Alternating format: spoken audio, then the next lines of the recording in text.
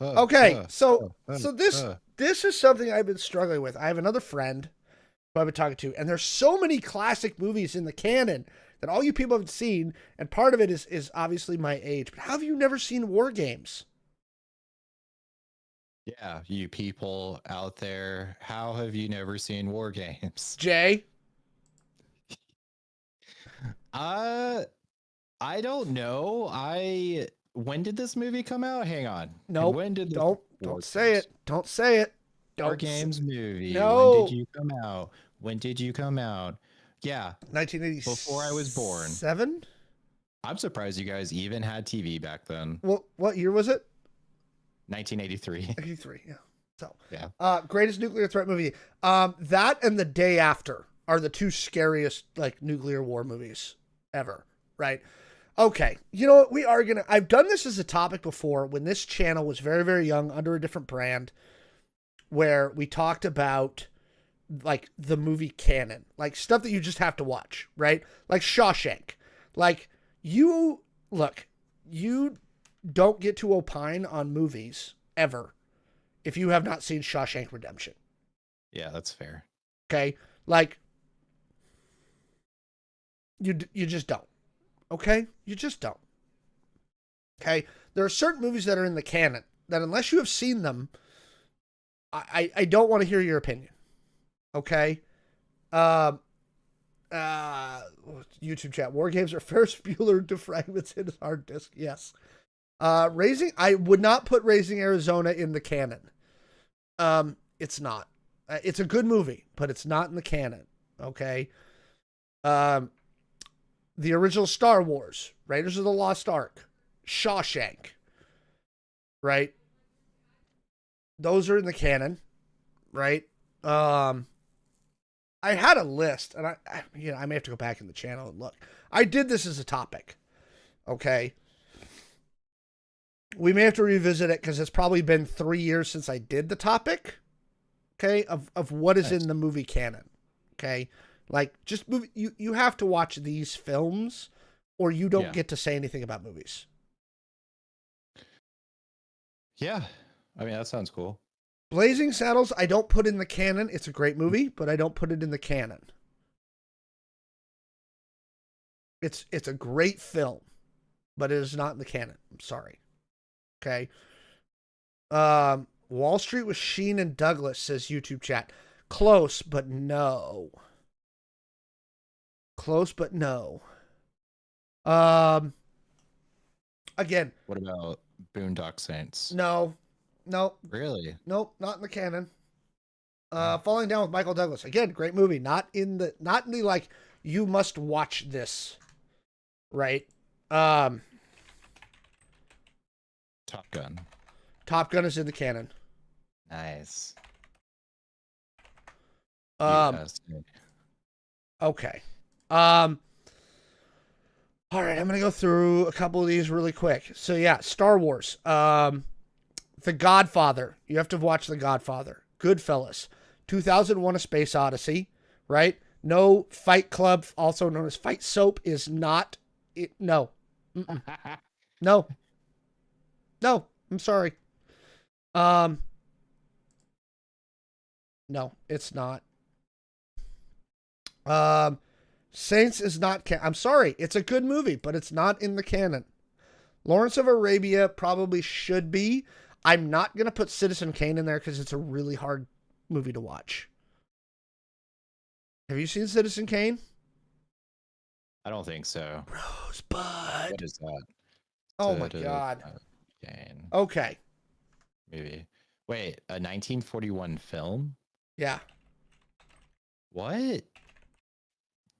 What? I don't have like a projector thing to watch this. You know what? They put it on DVD. Okay. They put it on DVD. I don't think I've ever heard of this movie. How have you? Oh my God. E.T. Yeah, E.T. E.T.'s on the canon. Okay, you have to have watched E.T., The Wizard of Oz. Right?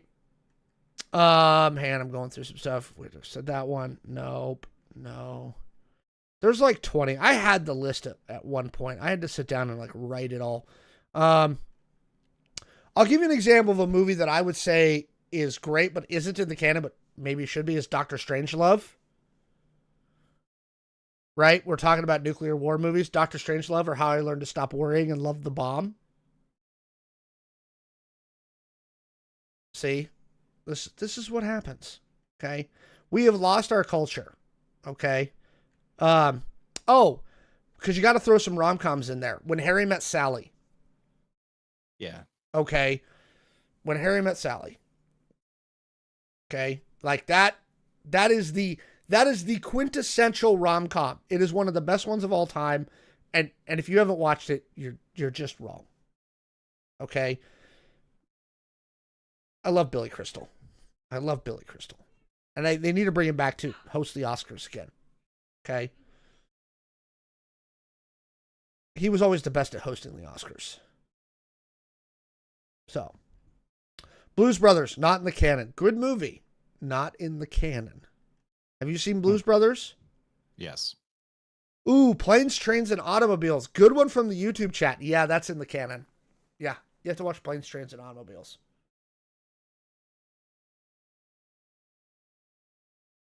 No, again, it's my show, Dog Dad. Planes, Trains, and Automobiles is definitely in the canon. Okay. Oh God. And I'm sorry, When Harry Met Sally is one of the greatest. It is, again, on that list of might be a perfect movie. Right? The pacing, the direction, the writing, everything about it is phenomenal. Right? Planes, Trains, and Automobiles is a Thanksgiving flick. Yes. Uncle Buck is a good movie. I do like Uncle Buck. Okay? And John Candy was amazing. Okay? We love John Candy. I have found a new hill to die on. Well, I'm glad you're not dying on that Star Wars hill still. What about a National Lampoon? Which Christmas one? Vacation. Christmas that one's in the canon. Christmas Nice. Vacation is in the canon. Yes. Yeah, you have to watch National Lampoon's Christmas Vacation. Yeah, all of those, again, you need to watch these movies before you can opine on movies truly. There's only like 20 of them. Okay. Animal House from the YouTube chat. Close, but no. Great movie.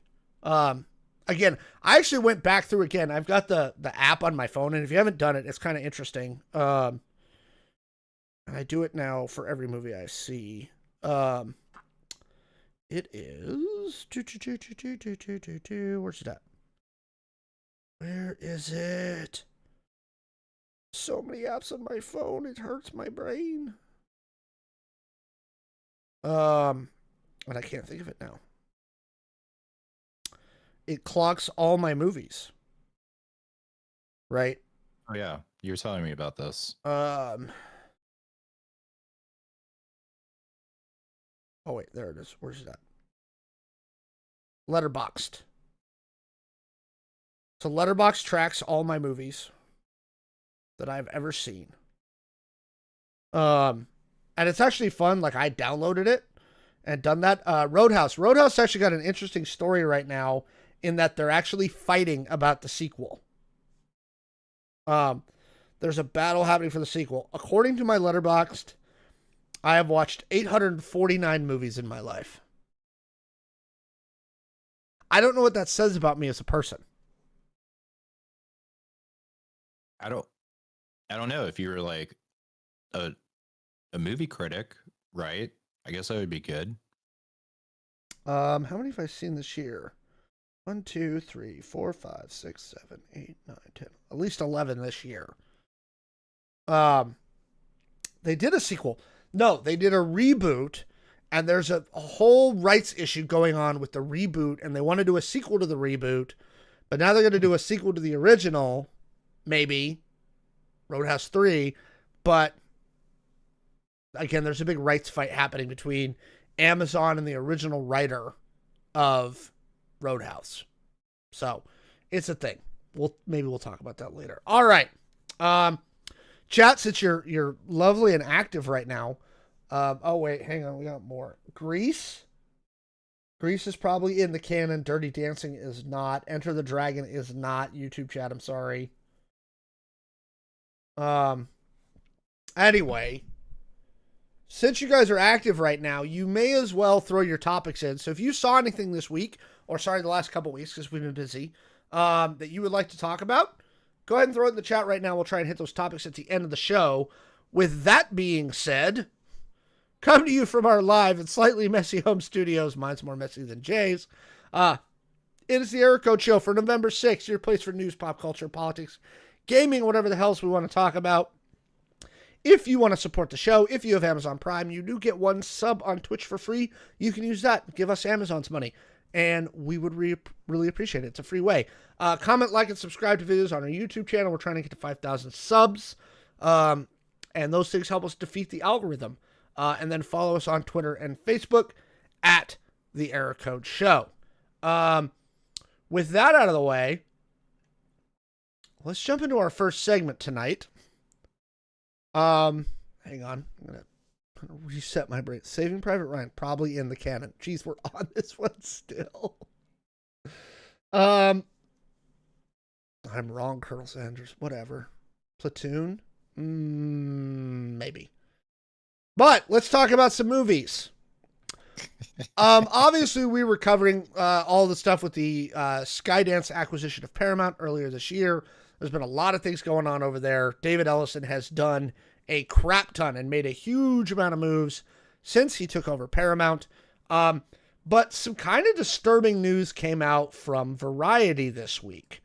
Kind of headline on this is that Paramount has created a blacklist of Hollywood stars that they will not work with. Specifically ones that have been determined to be overly anti-Semitic, xenophobic, right? Or homophobic. In September, Paramount was the first major studio to speak out against an open letter calling for the boycott of Israeli film institutions implicated in the genocide and apartheid against the Palestinian people. There's a bunch of people who signed that, and apparently the Ellisons were not big fans of that. David Ellison's dad, Larry Ellison, is a close friend of Israeli Prime Minister Benjamin Netanyahu. Ellison is also a major donor to the Friends of the IDF and a huge donor to President Donald Trump. The Trump administration, of course, greenlit the Paramount Skydance merger, and Paramount is using that relationship to deal with some other stuff. We're going to talk about that in a little bit.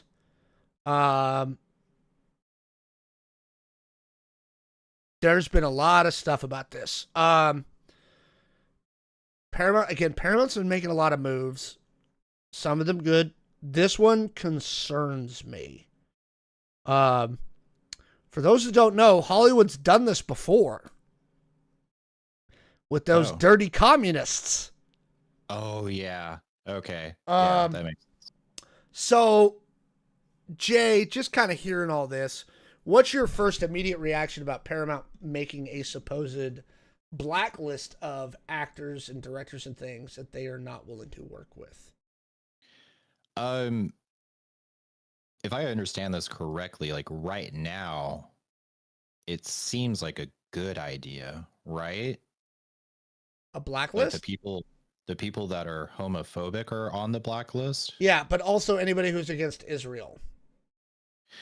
Yeah, I mean, obviously this is it's not good, right? Like, because where does this end? Like, if you disagree, are you just going to be on the blacklist? Are you, if you don't, I don't know, vote a certain way, are going to be on the blacklist? So it is like a slippery slope. Obviously, this was some of the rumors, because after the Ellisons took over Paramount Skydance, which owns CBS, took over Paramount, all of a sudden Stephen Colbert got canceled.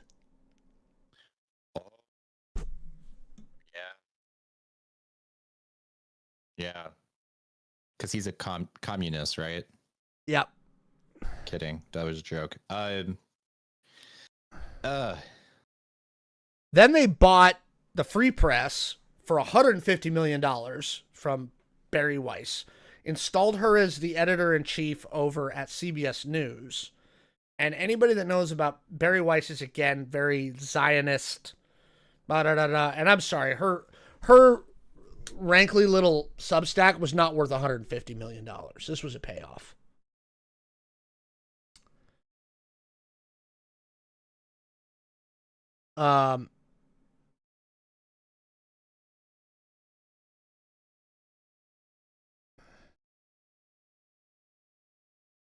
What do you think? I'm I think consolidation of the press, bad. Consolidation of movie companies, bad. Because you kind of you're reducing the number of point of views that you're going to be able to see. I don't like that. Because then this is kind of a slippery slope to 1984, which, I mean, we are pretty close to. I would say we're like 1982 right now. So, I don't know. I don't like it. I don't know. What are your thoughts, Alex? Again, we've talked about this on the show a lot of times. Yeah, I also am very anti-consolidations.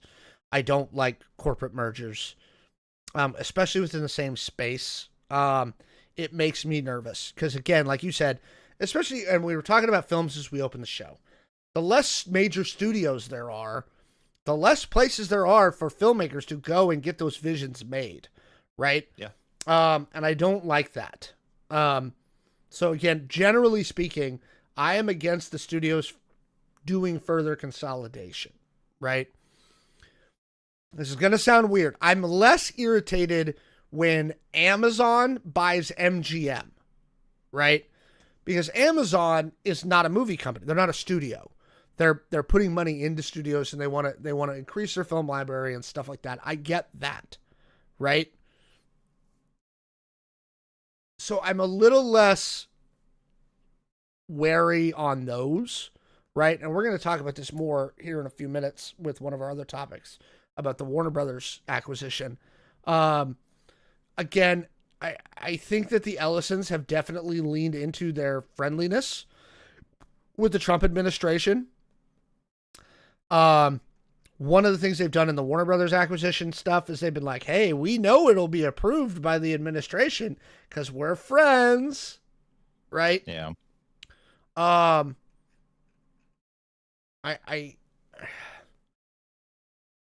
don't like that kind of pay to play. I don't like consolidation. Again, I don't think everything the Ellisons have done has been terrible.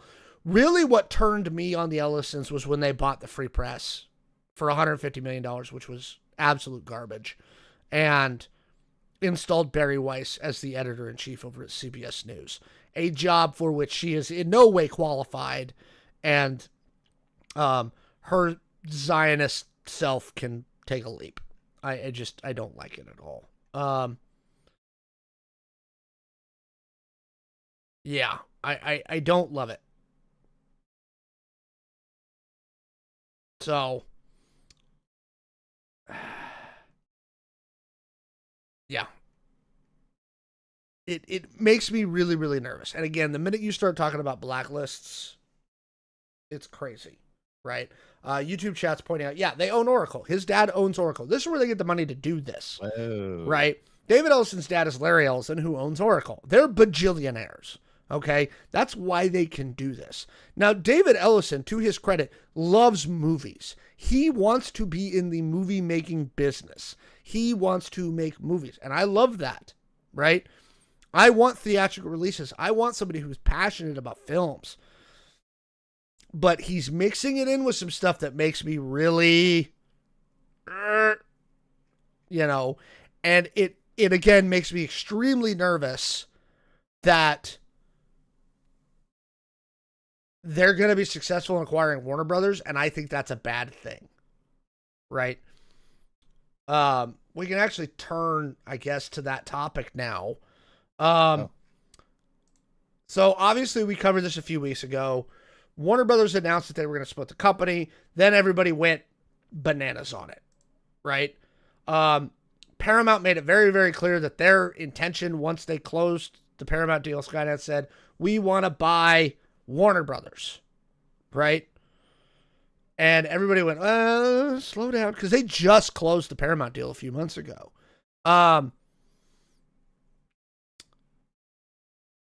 They are really, really after Warner Brothers. Now, all that being said, there's now multiple bidders in on Warner Brothers, right? Netflix has made a run at it. They're making a run. They have approached some banks about how they're going to finance this, as has Comcast Universal. What? Comcast? Comcast, which owns NBC Universal, right, has also gone to banks and said, let's start looking at this. Part of this is I think Comcast doesn't want to get left behind, right? Comcast is reminding the business, hey, fuckers, we got money. You forget, we're Comcast. We got cash, right? Again, Paramount is kind of saying, hey, we know that the Trump administration will approve our buy. Can't say the same thing about Comcast, who owns Universal Studios. And again, I'm generally against consolidation. I don't really want Comcast to buy them, right? I'm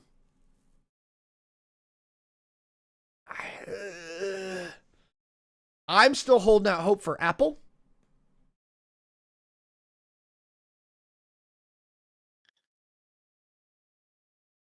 Yeah. I mean, we talked about this. More of a pair guy. I've just never super liked Apple, to be honest. Now, Apple TV, great. I do. And most of their stuff is produced by Warner Brothers. Oh, snap. Like, I don't, every time when someone says that A word, if it's Netflix, Paramount, Comcast, or Apple, I'd rather Apple get it. Of all four of those. So why not Comcast? Because they already own Universal Studios. Okay. Well, okay, yeah. And again, I don't want less major studios. That's fair. I also think Comcast is evil. I mean, I think they're all evil. I hate them as a cable company. That is fair. Yes. As a cable company and internet provider, I think they are evil and I don't like them. When I was able to finally get off Comcast at my house, because like when I first moved into my house, the one I live at now, the only available provider was Comcast, right? For cable and internet, for high-speed internet. The minute they put fiber and I could switch to Ziply fiber, I switched. I canceled Comcast immediately. I hate them. I had to use them when I owned my store. They were my internet provider, and they were god awful. And so I don't want Comcast to own them. I don't want Paramount to own them. Netflix, my concern with Netflix is they are so against theatrical, which is mind-boggling to me, and we can put that to the side for a minute. At least they're not one of the major studios, so we're not doing consolidation of studios. But again, they're so fucking hell-bent against theatrical half the time, 90% of the time, that it bugs me. You know what I mean? Yeah, I mean, that makes sense. Now, do you think Netflix would or is open to the idea of changing that? And I say that because they did release something that is canon, K-pop Demon Hunters, back in the theaters again for a second Halloween time. weekend. Yes, they did. I am becoming, and they're doing a limited release for the new Glass Onion movie, right? They've done some limited stuff. And supposedly Greta Gerwig's Narnia is going to get a full theatrical, right? You ruined that series for me. I don't think I could ever watch that ever again. We can come back to this in a future topic. Let's talk about this again, right? So that's Netflix's. That's my concern with Netflix, right? Paramount's at the bottom of my list to buy him now. I don't want Paramount to get him.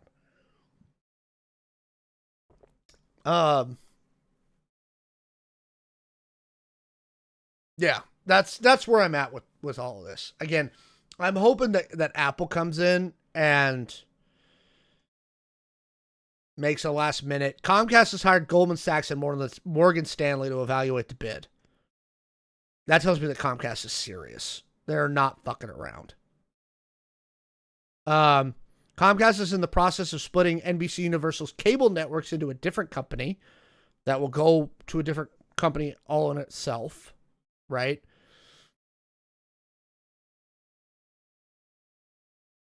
I don't know. I mean, to be fair, like Comcast might, or they do suck at a cable and internet providing company, but they own Universal, and Universal Studios in Orlando is like the best thing about Florida. I can't speak to that personally, and I will say at least they do they are big on their theatrical releases. Yeah. Right. They still do a lot of theatrical releases, which I like. What are they doing this year? Let's double check. Oh, they're doing the new Miami Vice one. They did Nobody 2. They're doing a Downton Abbey movie. Oh, they just did Black Phone 2 with Blumhouse. Oh, Wicked. Yeah, they're doing the Wicked movies. Five Nights at Freddy's. They did the Super Mario movie. Okay. Yeah. Right? Oh, and they're doing that one with Spielberg next year. They're doing the new Fockers movie, another How to Train Your Dragon, Shrek 5, Miami Vice, blah, blah, blah, blah, blah, blah, blah. Yeah, they at least will do big on theatrical films. Right? So at least that's still there. I don't know. Man, it's Again, I'm hoping that Apple comes in and makes a bid at the last minute. Because again, Apple could buy Warner Brothers with what they have in couch kitchens. Here's the other reason why I think Apple's a good fit for Warner Brothers. HBO, right, which is owned by Warner Brothers and always has been. HBO is synonymous with prestige television, right? Yeah. Sopranos, Game of Thrones, blah, blah, blah, blah, blah, blah, right? They do prestige TV. The one thing that Apple has done well, they don't release a lot, right? But what they release is really, really good, right? The Morning Show, Severance, Ted Lasso, right? Shrinking. They do a lot of really good prestige television that they've done in concert with Warner Brothers. And I think that HBO and Warner Brothers fits what Apple's trying to do with their studio. They released that F1 movie, Apple did, in concert with Warner Brothers this year, right? They want to be... Apple's like, look, we're not going to make crap, right? That's my other issue with Netflix.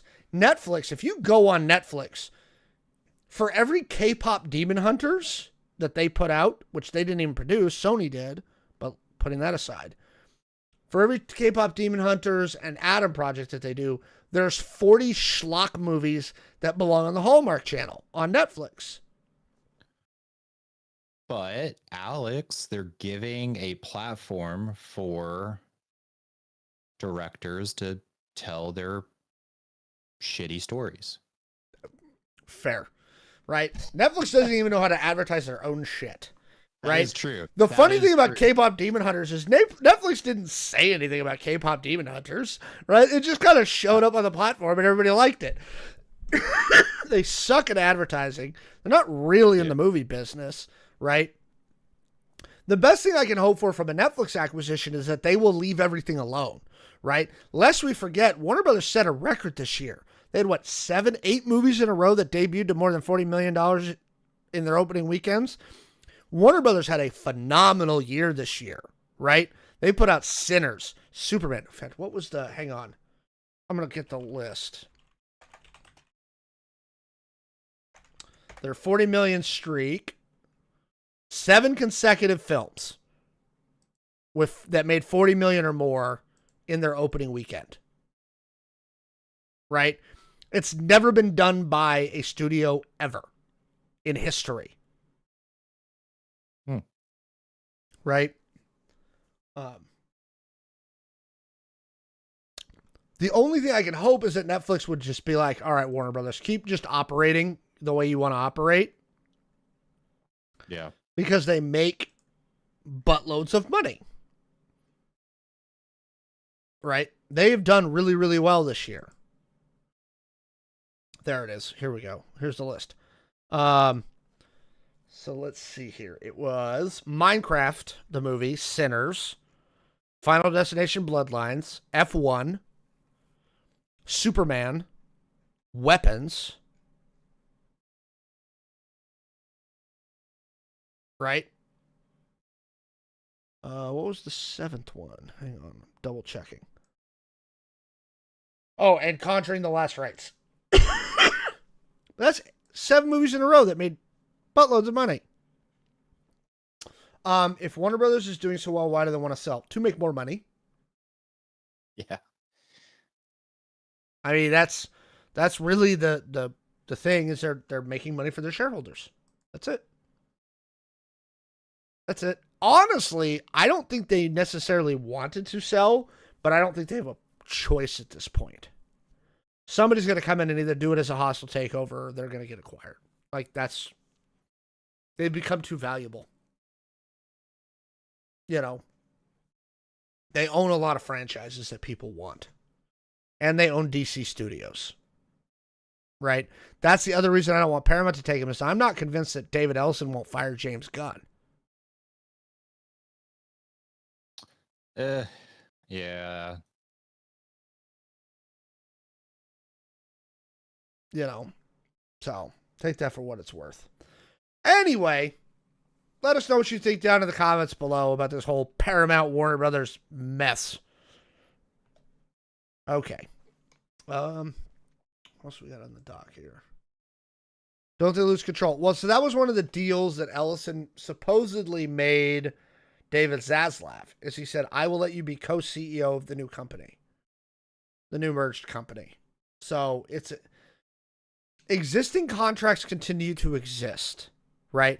When Paramount buys Warner Brothers, if they do, all of their stuff continues to exist, right? All the contracts they've signed with James Gunn, Peter Safran, DeLuca and Abdi, all those contracts continue to exist. They've either got to buy out the contracts additionally, or they got to let them keep going. So take that for what it's worth. Let's move on to our next topic, though. By the way, if you have any topics for us, go ahead and throw them into the comments section. Somebody said something earlier. Hang on, I want to bring up.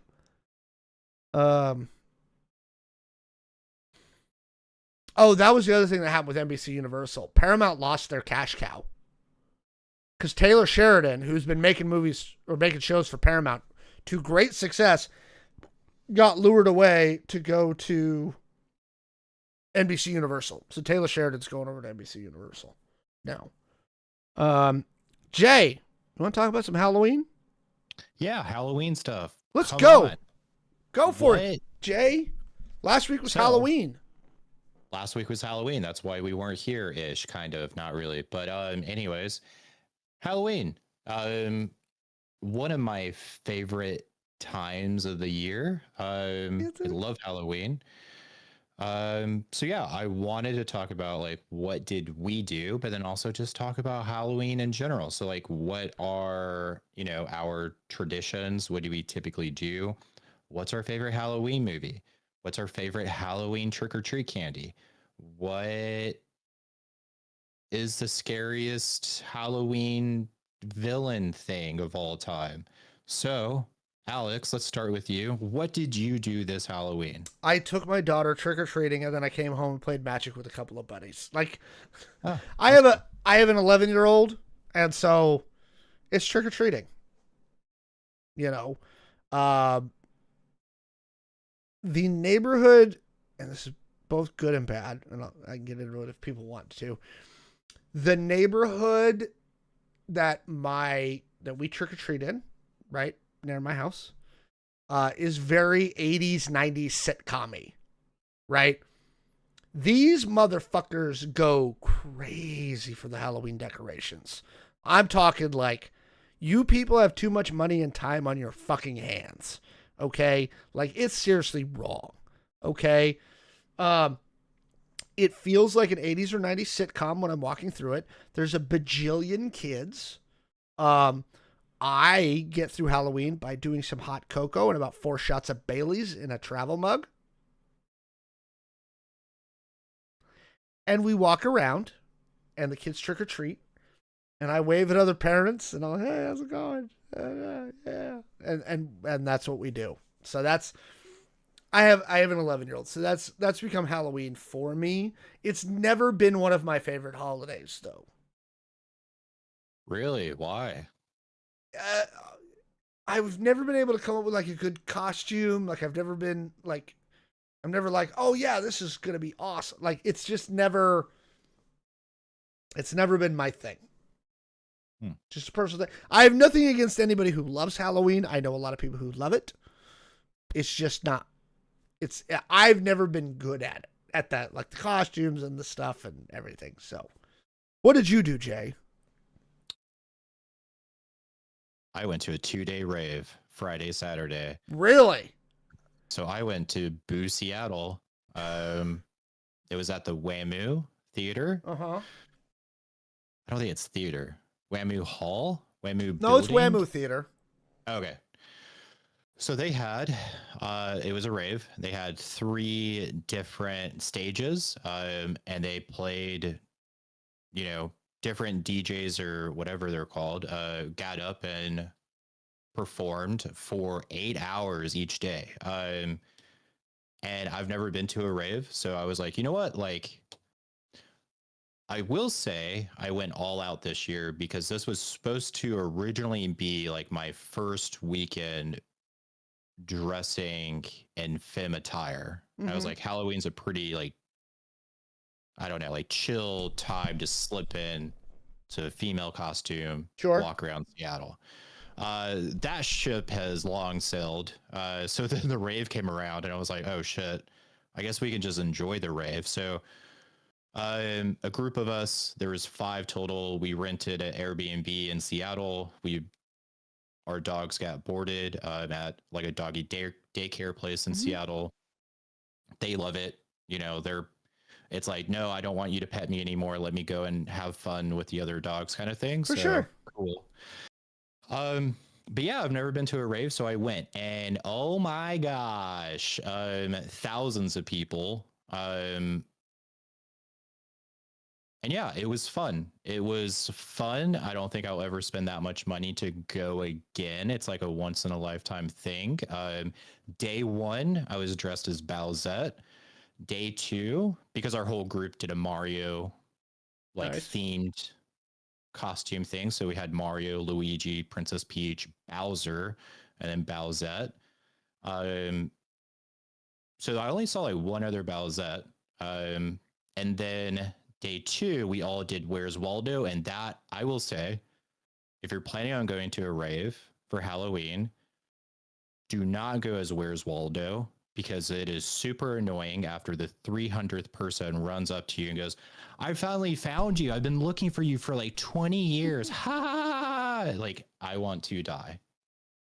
So, but yeah, we went to a rave. So big names. Marshmallow was there. That was pretty cool because he's the one with the marshmallow head. but he like spray painted it like gray, and he had like all the pins sticking out like Pinhead. I thought that was kind of cool. BTSM. Mm-hmm. If you're not familiar with them, they have like an entire like anime storyline that plays during their set, and I think they talked about releasing like an official manga to go through the story. Zed was really good, but yeah. Rave, and I will say there's a whole rave culture that I was not familiar with, and I was not prepared for. And the thing that not creeped me out, but the thing that I was like, what in the world, was when like a guy really tried to get me to taste the rainbow. Did you? No, what in the hell? No, what?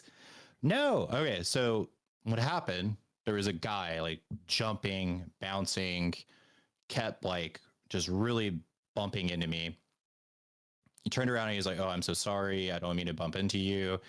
And rave culture, like you're supposed to give something to this person, and then you're supposed to give them something back. Like you exchange stuff. I didn't have anything to give. I didn't know this was like a thing where you hand out like little gifts to everyone. Mm-hmm. Candy. Cute. But I didn't have it. This guy was wearing short shorts, like the shortest shorts I've ever seen. Like his shorts were like this long. And so he's like, "I don't have anything to give you." And I kid you not, he like reaches in to the front part of his shorts where there's a bulge, pulls out Skittles. Mm-hmm. He goes, "Do you want some Skittles?" And I was like, "No." And then he like literally pulled out like 2 more pieces of candy. One was sour Skittles, one was something else. He's like, "Oh, what about these?" And I was like, "Dude, I don't want your crotch candy. Like, where is this coming from? Like, you keep pulling candy out of your, I don't know, prison wallet. Like, what?" Anyways, so that was like kind of the funniest thing, I guess, or not. I don't know what to call that. Like, weird, funny, odd, gross. But yeah, it was an experience. I'm glad you had it. I'm glad you had it. All right. So you brought this up at the beginning. Halloween movie. What's your favorite Halloween movie? Or is it just Halloween? Gosh, it's not Halloween. Favorite Halloween movie. I feel like it changes every year. Like when I was younger, it was like Halloween Town. I really liked that movie. That was like a Disney movie. A couple of years ago when they did the new Hellraiser movie, I loved that. I'm more of a like Jason or like Freddy kind of thing, but obviously there's like 36 movies of each now. But and Jason gets a little crazy, like going to space and stuff. But something I recently started doing that I really enjoy though is watching the Netflix Sabrina the Teenage Witch reboot TV show. Yeah. That I think it was like 3 seasons. I love that show. That's such a great like Halloween TV show to watch. I love it. So far, Chad has said Hocus Pocus. That's an acceptable answer. The correct answer is Ghostbusters. Oh, that is a good one. Okay, so the night before Halloween, my daughter was in the living room. She's never actually seen it, and she was playing the Ghostbusters theme over and over again and dancing, you know. And I love fucking Ghostbusters, the original Ghostbusters. And I was like, and so she and I actually have to set a time to go do that. But I love Ghostbusters, right? The original, right? Cats and dogs living together, mass hysteria, right? Like, you know, that's good. Chat's also got Halloween, Friday the 13th, Nightmare on Elm Street. All of those, again, acceptable movies. We're actually going to talk about another horror-ish movie that's getting a remake here shortly. We'll get that in the next segment. The Leprechaun movies in the hood. Yep. Oh God. Yep. Oh, Those are classic. Um, yeah, I hope everybody had a great Halloween. It sounds like Jay had a very eventful Halloween. Again, my shit's basic, dude. Like, I get kids. we got. I don't know. We gotta change that. Next year she wants to go on her own. Again, it's never been my shtick, you know. It's just I don't know. You just gotta. I don't know. I don't think, and here's what it is. Even when I was young and like partying a lot, I don't think I ever went to a Halloween party where I had fun. But like, what type of parties did you go to? All kinds. I went to bar. I went to house party. I went to all kinds of places. I just over the course of years, right? In my 20s, and I think that's what it is. Like New Year's parties. I've been to really fun New Year's events. I've been to great Christmas parties. I've been to all kinds of fun 4th of July. I don't think I've ever been to a good, like, where I was like, man, that was a really fun Halloween party. Yeah. You know what? Like, let's unpack this. Do you recall in your childhood when Halloween stopped being fun?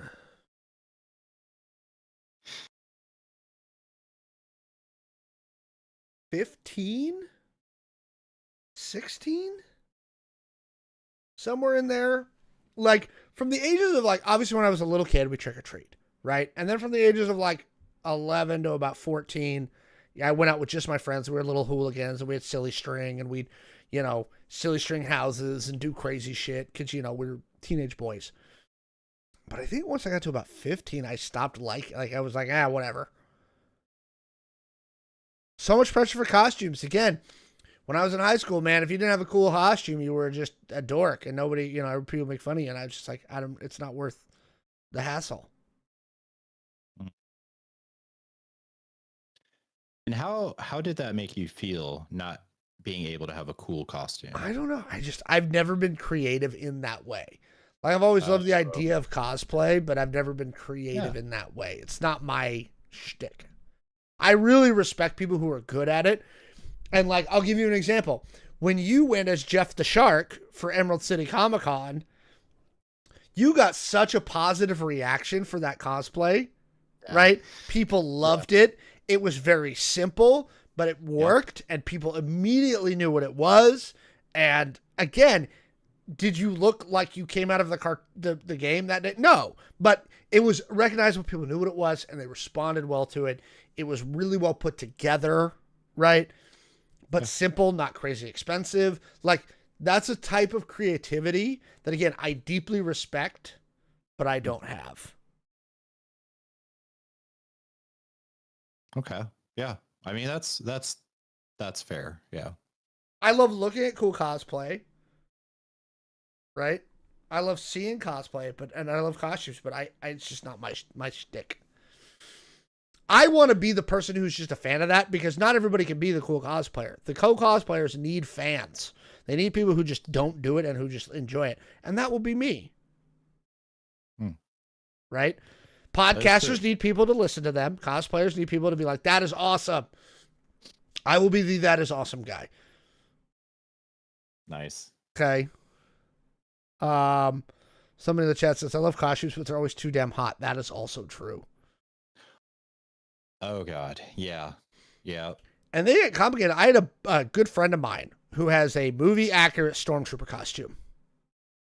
Right? Down to the rifle from Hollywood Replicas. Right? Like, and it's like heavy. It feels like a rifle. Right? And he's done cons in that thing. He needs a spotter.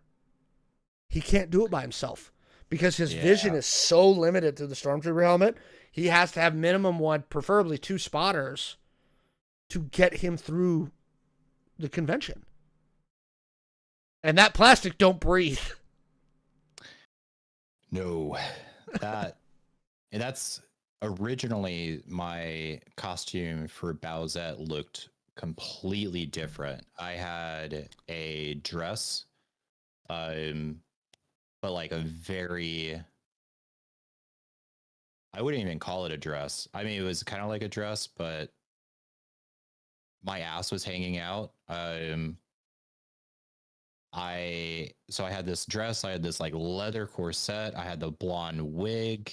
Like if I did everything, like I think it would have been great for like Emerald City Comic Con for a few hours, but not in a Not all hot, day. sweaty rave. And I had Yeah. to quickly change and be like, I'm not wearing the wig, I'm not wearing the corset, I'm not wearing this dress. Like, yeah. Bowser t-shirt, fishnet, skirt. Let's go. Yeah, you're probably in the right place. So, yeah, that's Halloween. Speaking of things on Halloween, I'm not even going to record this. And in the classic meme of no new ideas in Hollywood, we're getting Gremlins 3. Spielberg is coming back to produce Gremlins 3. Chris Columbus, who's got to be 1 billion years old by now, is going to be directing Gremlins 3. And I'm so happy. Halloween movie. There's a good one. That was a good one. Mogwai. Okay. Gizmo's the shit, dude. I always liked the punk rock like Mohawk one. Gizmo? Yeah, that's the second one. He turns into Rambo for a minute. He's like, got a little fucking bow and arrow. He's like, pachoo. Right? I love Gremlins. So yes. So we're getting another classic remake. Somebody earlier in the show mentioned what's it called? Roadhouse. We're going back again. We're getting Gremlins 3. Right? Actually sticking on movie news for really quick. This one made me really happy.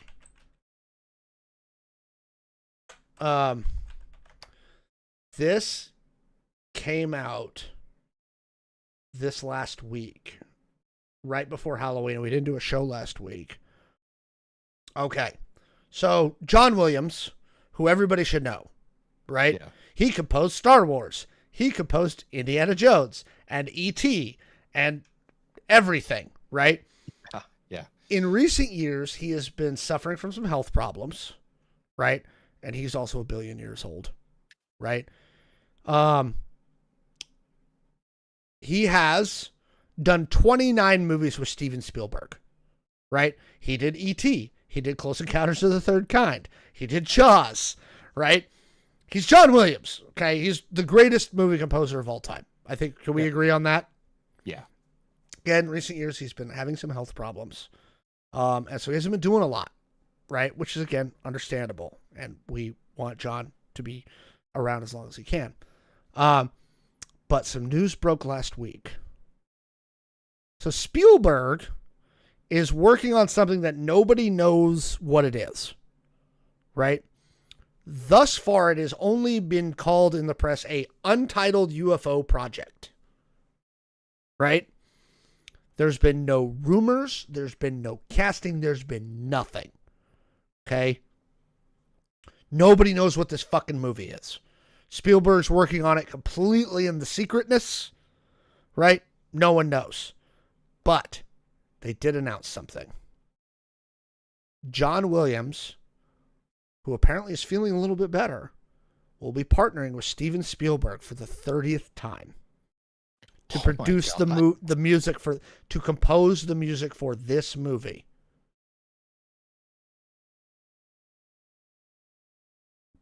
That has to be a record, right? It must be. Yeah. But he is scoring this movie that nobody knows it. There's no title. There's nothing. It's coming out next year. But John Williams is coming out to do this movie with Spielberg. He did Jurassic Park, Schindler's List, right? He has literally done so many. Saving Private Ryan, right? Yeah, so he's coming out to do this movie. What do we think this is? That's it. That's you gave me nothing and then you're like, what is it? Oh, I'm sorry, you said UFO movie. And then you're like, what do you think it is? Is it E.T. Part 2? I mean, that's what my mind jumped Is to. it Close Encounters of the Fourth Kind?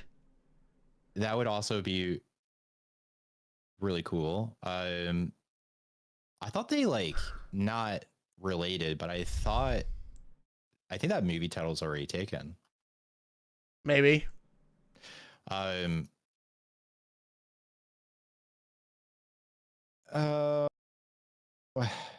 What could or it be? It's either so secretive because it's like ET and he doesn't want people to know about it until it's released, or it's just so epic and such a new idea he wants to like release it like Star Wars was released for the first time or something. I don't know. Um, I don't know. Am I wrong to be like, I have to know what this movie is? I don't think we're gonna know. I mean, I'm saying, like, tell me something. It's coming out next year. It's got to be something, right?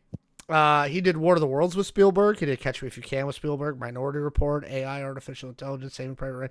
So many movies. I mean, to say that John Williams is the greatest composer of all time in the film genre is...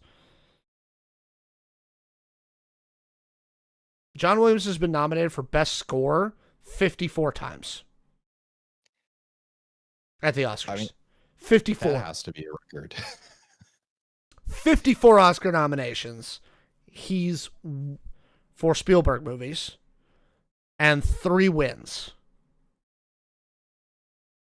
Jaws, E.T., and Schindler's List.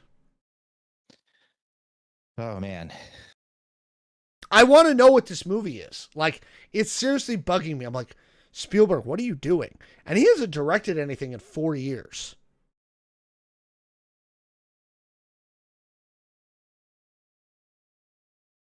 Right? Interesting. Spielberg hasn't. I mean, it is Spielberg.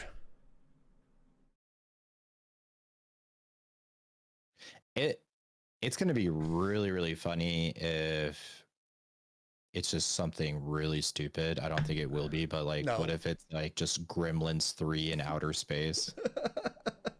Chat saying only 3 wins is a travesty. That's 3 wins for stuff he did with Spielberg, right? Oh, yeah. John Williams has won 5 Academy Awards. That's just the Spielberg stuff. The 5 Academy Awards John Williams has won for is Fiddler on the Roof in 1971, Jaws in 1975, Star Wars in 1977, E.T. in 1982, and Schindler's List in 1993. Oh, here you go. You got the record?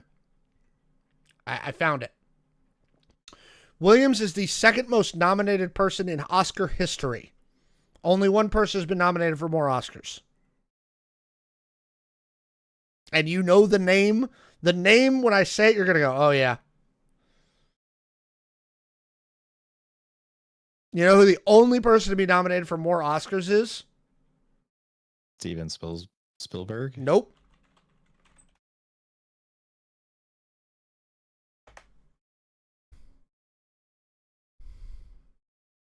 I don't know. Tom Hanks? Nope.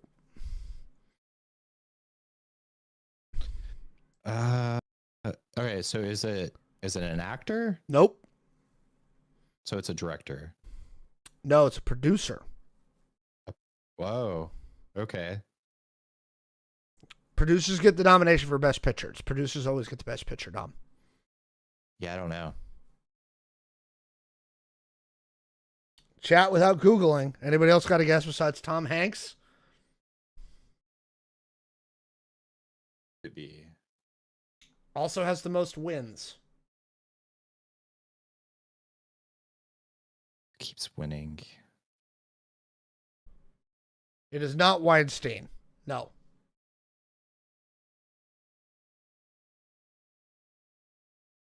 Somebody else in YouTube chat saying Robert Redford. No. Producer.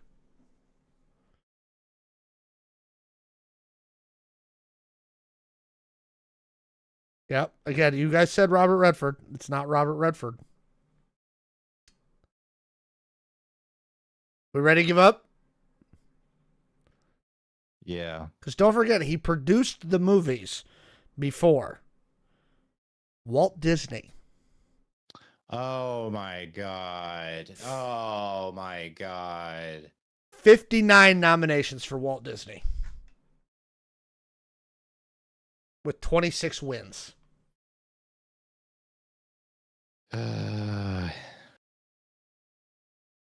So it's Walt Disney, John Williams. Oh, okay. Yeah. I mean, That makes sense. that's fair. Like, it's like, Yeah. you know what? Fucking fair. Right? Because you gotta remember, Walt he was the producer on the animation side for the longest. Snow White, Cinderella, Pinocchio, all those classic Disney he produced all of them himself. Long before the theme parks, long before all that shit. That was what Walt did. He was a film producer. Everybody forgets that Walt Disney wasn't just that. He wanted to make movies. And he did. So, there you go. It was Bambi. Somebody brought up Bambi in the chat. There you go. Okay. Should we talk about not traveling next, Jay?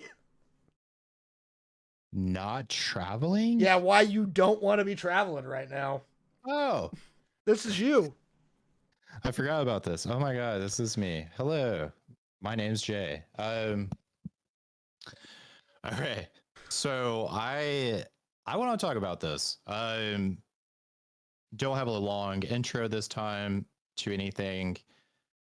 I'm sure we all have heard there's a little tiny Oompa Loompa in the White House, and the government shut down. So flights starting tomorrow, hundreds of flights are going to be canceled. The Oompa Loompa administration will cut flights from 40 different airports nationwide by 4%, and slowly bring that number up to 10% by next Friday if the shutdown continues. I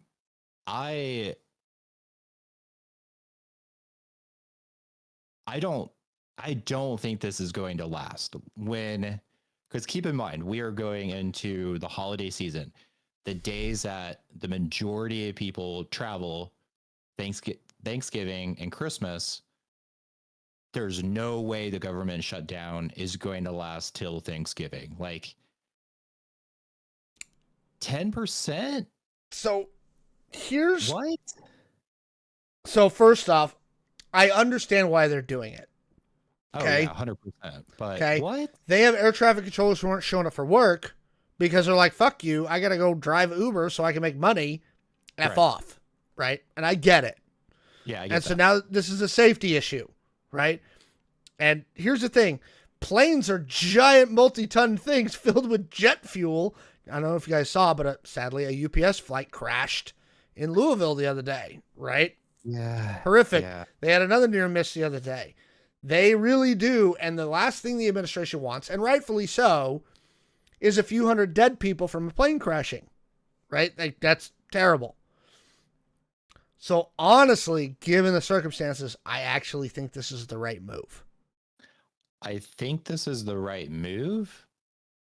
Now, as far as the shutdown goes, I would have agreed with you until Tuesday. About the Oompa Loompa part, or like No, the shutdown. The Republicans are being tagged with this shutdown. Right, wrong, indifferent, I don't give a shit what anybody fucking says. They've been tagged with this one. It's not the Democrats. And the election results on Tuesday showed a sharp rebuke of this administration. Right? A sharp rebuke of this administration. Yep. So, here's the deal. The Democrats have no incentive to help them right now. None. And I think that Speaker Mike Johnson is an intransigent little shithead, right? Who made his daughter sign a weird purity pledge. Like, he's one of those guys. Like the video just came out a couple weeks ago of him doing one of those purity ceremonies with his daughter, which are creepy and weird. Right? You know the ones I'm talking about, Jay?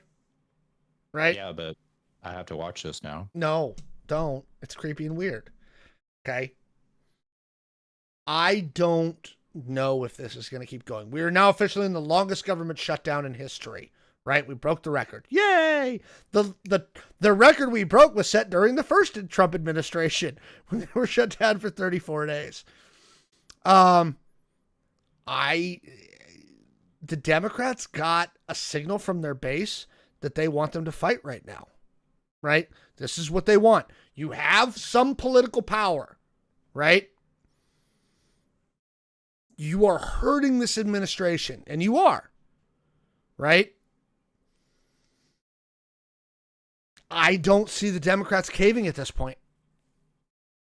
I don't see 7 more senators jumping off now, not after what happened on Tuesday. So do I see this going into the holiday season? I absolutely do. I absolutely see where that's a possibility. Okay? Because I don't know. I think if it was the Senate alone, right, I think they could probably get a deal done. But Mike Johnson's still the Speaker of the House. And he's, not only is he being like, F you guys, he won't even bring them back in a session because he won't swear in Adelita Grijalva, who won her damn election in Arizona. Yeah. Mike Johnson is the one, in my opinion, who's holding the government hostage because he could bring his members back in a session and they could be negotiating right now. I've been doing this all over social media where I run into these Republicans who are like, it's the Democrat. I'm like, no. Trump's calling for them to nuke the filibuster. Do it, motherfucker. I dare you. Please do. Do it. The Democrats have been waiting for this, right? Nobody wants to be the first one across that line to nuke the filibuster. Trump is calling for them to nuke the filibuster because he knows it's the only way it's going to happen. Because they won't negotiate. They're so fucking intransigent that they won't negotiate. And it's Mike Johnson who won't do it. Oh my God. You're right. This video is just, it is so weird. It's creepy, isn't it? It's so creepy. Okay. It's weird. Okay. Anyways. But all of this is causing massive chaos, and it's really hitting home. These hundreds of flights canceled again. I think it's the right move. I think it's the only way to do it safely. Right? It is. I agree. But yeah, are they going to fuck up the holiday season? Yeah, you don't think these cancellations aren't going to ripple back into Thanksgiving now? We're 3 weeks away. It's too late. Look, you guys don't understand. Like, you can't. Were you planning on going home? Going home? Or Florida? I am home. I'm saying, were you planning on going back to Florida? Hell no. Why would I go back to Florida? I don't know. Fuck? Sometimes last year you traveled a bunch for the holidays. Yeah, I didn't go to Florida. Okay. Oh, that's right. We talked about this. You're not even traveling that much this year. Not this year. No. I don't know, 4 or 5 months. I'm going to Japan. Yeah. Not Florida. Anyways, look, you can't cancel Thanksgiving. All you're going to do is delay Thanksgiving. You know what that delays? That delays Christmas. What does that delay? You're just increasing the time that we have to listen to Mariah Carey sing her Christmas songs.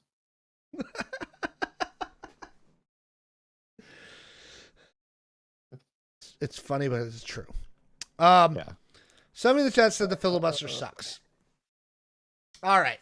Is it time for spicy Mr. Rogers? Oh, let's do it. Okay. The filibuster both does and does not suck. Okay. The only reason it sucks right now is it's not being used for what it's supposed to be used for because the party in power is intransigent. Okay. The point of the filibuster is to ensure that the minority party gets at least some say. You have to negotiate a little bit. Okay. All the Republicans got to do is turn 7 Democrats. 7. You can get that done.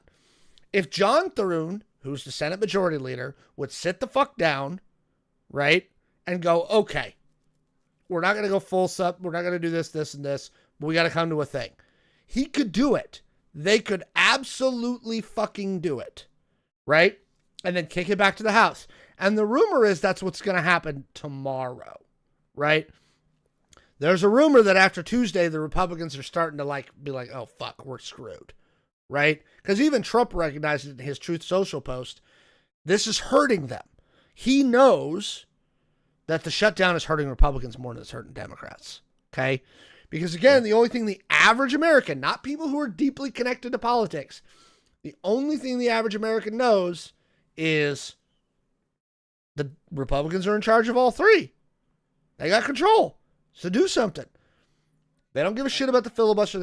Again, it's there to make sure the minority party at least gets some say in what's going on.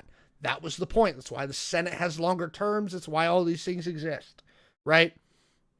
And in normal world, not Trump land, right, in this modern weird politics, in normal world, the Republicans and Democrats would be sitting down to hammer out a deal that could get them 61 votes, right?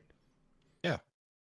I honestly think that John Thune is being hamstrung by the Speaker of the House, who's like, I don't care what you negotiate, we're not going to vote on it. Because the Senate can negotiate all day long. The Speaker has to bring it to the floor, right? And he's an intransigent little shit, okay? The House doesn't have this. They can pass shit with simple majorities. But Mike Johnson knows very fucking well that aside from the one time a year they get reconciliation, they need 60 fucking votes, right? And Mike Johnson is playing chicken, and he thinks they can outlast the Democrats. Because historically, they probably could. Right now, after what happened on Tuesday, I'm not sure. Again, the filibuster is not necessarily a bad thing. The problem is that they're not using it right now. Okay? That's the issue. The system is not the problem. It's how the system is being manipulated. Okay? And the reason they can't nuke the filibuster is there's actually been a bunch of Republicans this week, a bunch of them, about 10, who've come out and been like, we're not nuking the filibuster. Because what they remember, they're senators who've been there long enough to remember when they were in the minority, right? Which was as short as 4 years ago. 4 years ago, the Senate majority was, the Democrats. And what the Republicans know is there's going to come a day, maybe sooner rather than later, that they'll be in the minority again. And they want to have some say in what's going on. If you nuke the filibuster, that goes away. Whoever's got the majority, that's it. That's the ball game. Okay? So is the filibuster bad? No. The Democrats are daring them to kill it, though. And that's why the Republicans won't do it. Because then the Democrats can be like, well, we didn't do it. You guys killed the filibuster. Now when we get the majority, we're just going to pass whatever the fuck we want. Screw you. And that's what the Republicans are afraid of. Right? I see some Republicans worried this week after this week's election. I thought it was going to wait till after the midterms. You might start seeing Republicans back away. Right? So we know about the discharge position for the Epstein files, right? That's why we're waiting for Adelita Grijalva, right? Yep. The rumor is 100 Republicans in the Congress may break and vote for the release because they want it to come out, because they want to tank this administration and get as far away from it as possible right now. Oh, shit. Because what they're worried about in both the midterms and in 2028 is, and this is the position J.D. Vance is in, he has to both simultaneously try and support his boss, Donald Trump, and find a way to not get tagged with every single fucking stupid thing this administration does between now and 28. Right? Yeah. So you might start seeing... Look, I hate to say this, and I feel like I'm living in Bizarro World. I don't know if you've seen this, Jay. Have you seen Marjorie Taylor Greene lately? No question. She was on The View the other day. Shitting all over the Republican Party. Oh. And literally, I feel like I've been living in a bizarre world for 3 weeks because she's out there going, hey, Mike Johnson, we need to do something about healthcare. Where's your healthcare plan? Republicans, can I have a healthcare plan, please? She's like, my constituents are hurting for healthcare. And I'm like, did we go to the upside down? Why am I agreeing with Marjorie Taylor Greene? She's funny. like, I'm so disappointed in my party. We have no healthcare plan. No one can show me one. Republicans are failing. And I'm like, what the fuck just happened? She's like, we need to release the Epstein files and vote to reopen the government and negotiate with the Democrats. And she's on The View being like, nope, the Republicans are screwed up right now. And I went, what happened? And somebody in the chat said it. Why am I agreeing with Marjorie Taylor Greene? Stop it. When did she become the voice of reason in the GOP? She was distancing herself from the QAnon shit. Right? All of it. She's walking everything back. And I'm like, what just happened?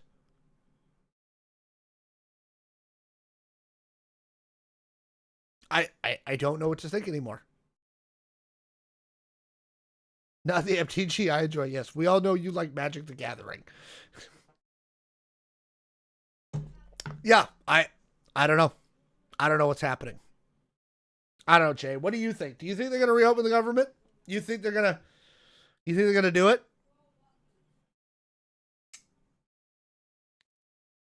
Who do you think's going to break? Is it going to be the Republicans or the Democrats? Because basically there's two ways this opens. One, the Republicans cave and give enough Democrats what they want to break 7 Democrats, right? Across the board. Or do you think the Democrats finally just cave and go, look, we got to open this motherfucker up before Thanksgiving?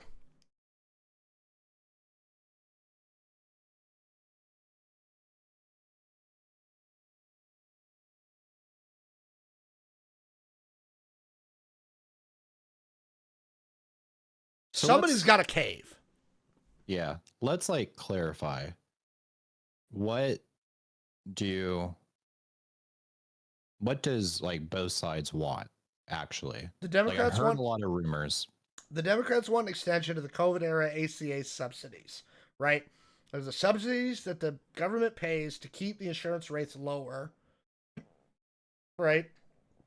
That were brought in during the COVID era to bring down the cost of health insurance. And the Democrats want an extension on the ACA subsidies, and the Republicans don't.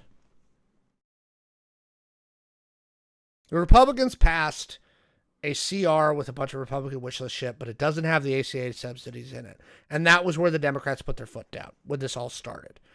Was you're one big beautiful bill, you fucked up Medicare, you fucked up Medicaid, you fucked up the ACA, we want the ACA subsidies put back in. Right? You're going to renew the ACA the COVID era ACA subsidies, or we're not fucking voting for it.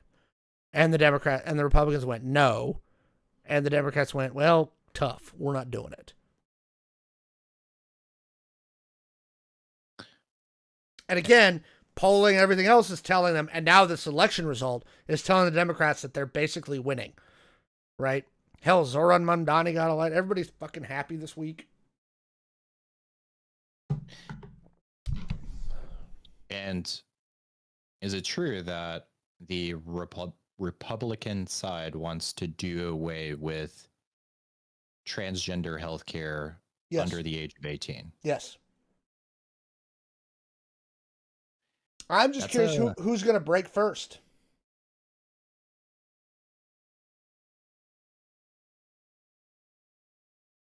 You know what? I'm going to say the Republicans, I personally think, are going to break first. That's who I'm putting my 50 cents on. On the trans thing in politics, because there was actually some notes this week. So in the Virginia gubernatorial race, right? Let's go back 4 years, right?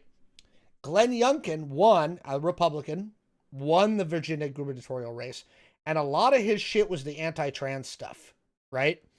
with the kids and all that stuff. And he hit it right at the moment, and it worked, right, for him at that time, right? I'm not saying he was right. I'm saying it worked to freak out enough people to get him elected. Winston, what the fuck is her name? I always mispronounce it. And I want to make sure I say it right.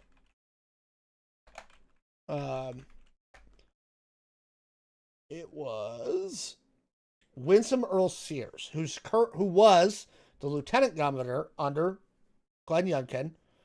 She ran against Abigail Spanberger, right? And lost. Here's what was interesting. She leaned into the same shit that Youngkin did. A lot of her advertising, a lot of her shit was the culture war anti-trans stuff, right? That Youngkin used to win. And then she lost. And not only did she lose, she didn't lose by like 3 or 4 points. She lost by 15% in Virginia. She didn't just get beat. She got mollywalloped. And again, she leaned into a lot of the anti-trans, anti-LGBTQ crap in her campaign this last couple of months, and it's not resonating anymore. And I don't know why. Because it was working for a minute for Republicans, right? The fear tactics. Yeah. It worked for Youngkin. It's worked for a lot of them. Why do you think it didn't work now?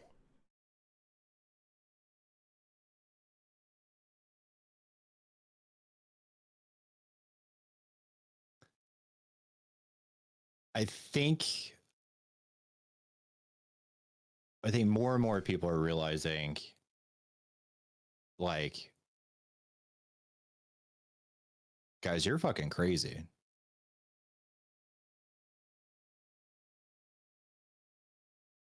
That's it. I think. You think they've just crossed the Rubicon on that?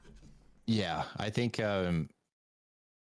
their supporters are just kind of like we agreed with some of the stuff, but now we're kind of like in cultish territory.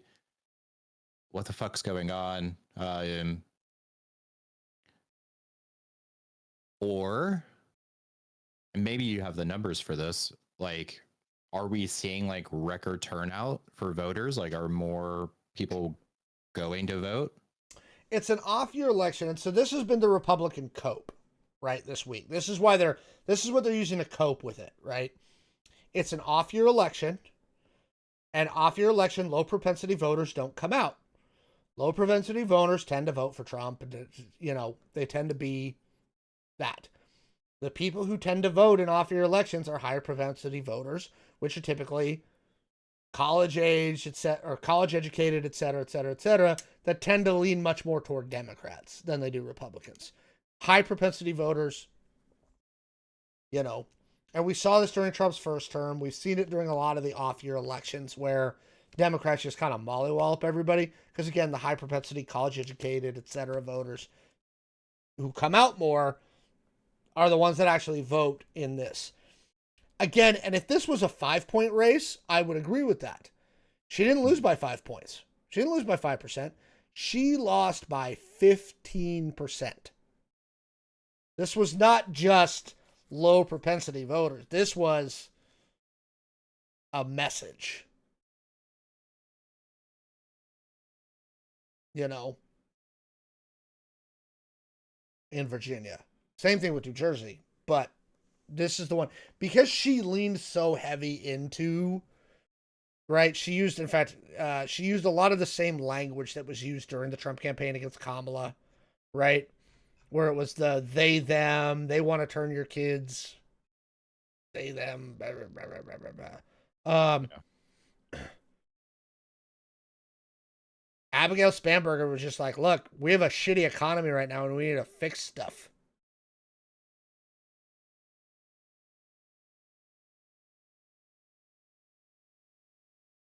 Okay. So, again, why do you think it's not working? Yeah. I think it's a combination of a lot of shit. Like, and I do think people in general don't want to pay more for groceries, everything that's imported, and they want to be able to fly on holidays. But So I think yes. there's some deeper. So somebody brought this up. Okay. Democrats in Georgia clean house. Here's the bigger one.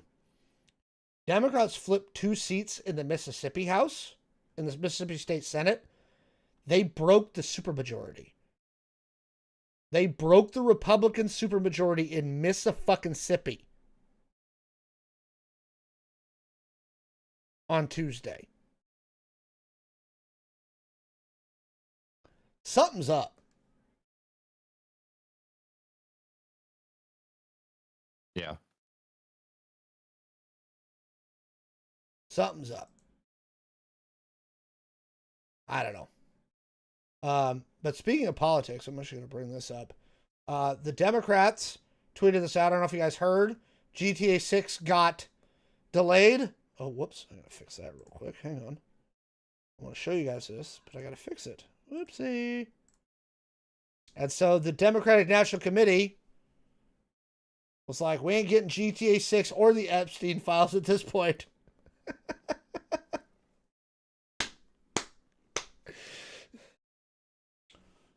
As Democrats were concerned. That's gold.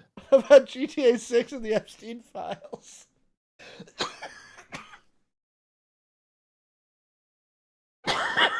This is the funniest one I saw. Yes, GTA 6 was delayed until next year. Next November. There's lots of dark jokes about New York and its new mayor. Yep.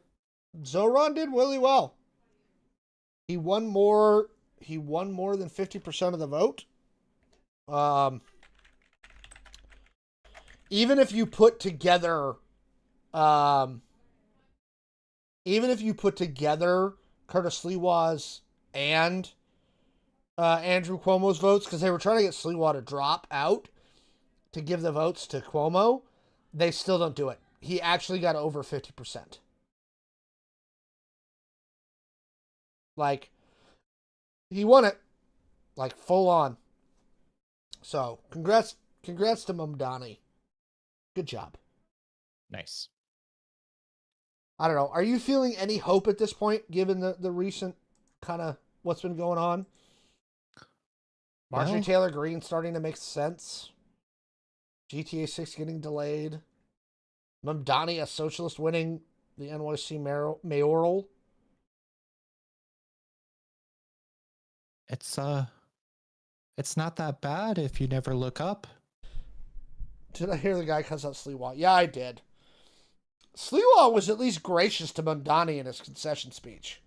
Like, credit to credit where credit's due. Like, Sliwa, the Republican, was at least reasonable about it. Cuomo was a dick. Because Cuomo's a dick.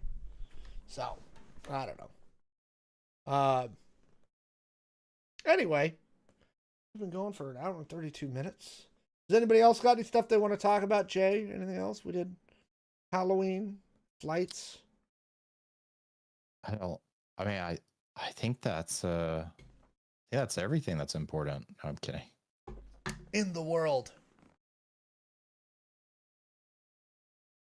That's been crazy. My wife's been at the office all week and she's very upset about it because she's had to be in the building.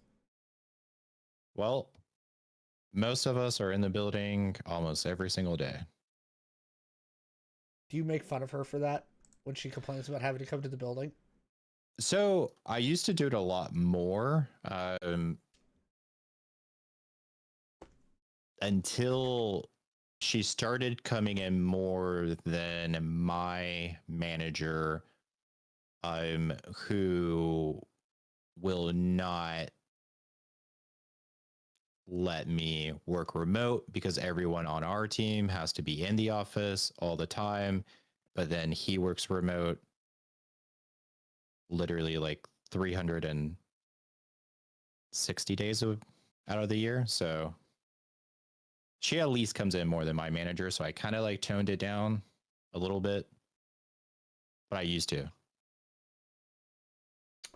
Oh, did you see the guy who collapsed in the Oval today? I did not. Oh, this is great. So this is for our thing. This picture is going to go down as a meme. So they were doing a press conference about weight loss drugs in the Oval Office, and somebody collapsed, right?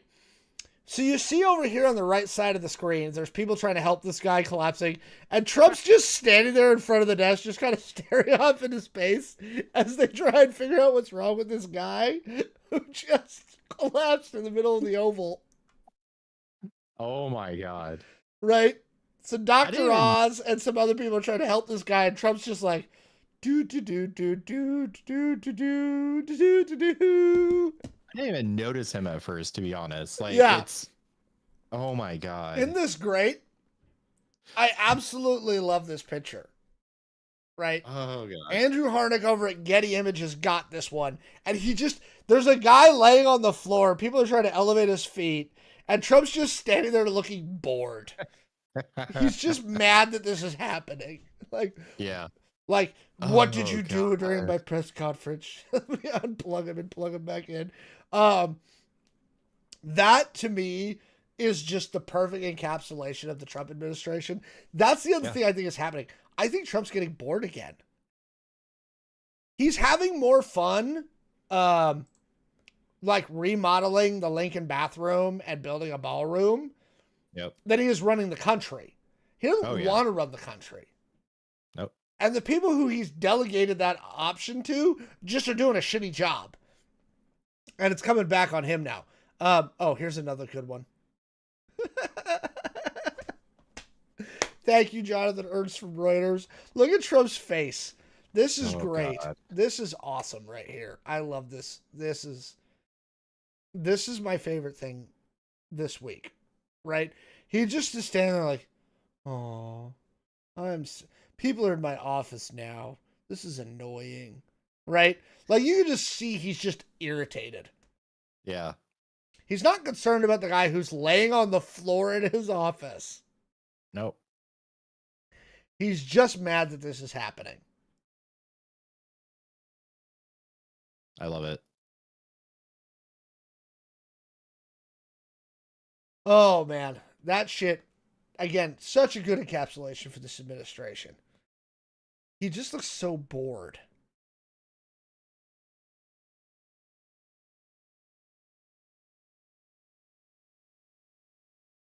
Yeah. And the best part is it was during a fucking press conference where they're basically filleting pharmaceutical companies. Whatever happened to Maha? Remember the thing where the pharmaceutical companies were evil? Oh no, let's have an Oval Office press conference about weight loss drug cost reduction plans. That was the whole point of this press conference, by the way. They were announcing that weight loss drugs were going to cost less money because, that's something the president should be concerned with right now. Yep. And that's a press conference that belongs in the Oval Office. And then some dude collapses and Trump just looks bored.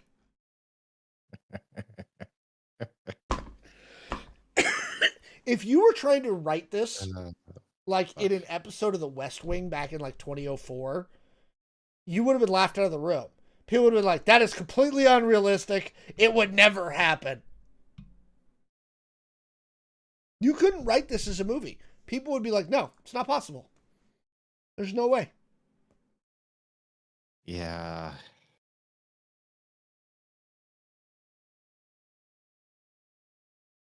Oh, it's great. It's fucking great. Yep. Weight loss drugs, guy collapses. The end. I love it.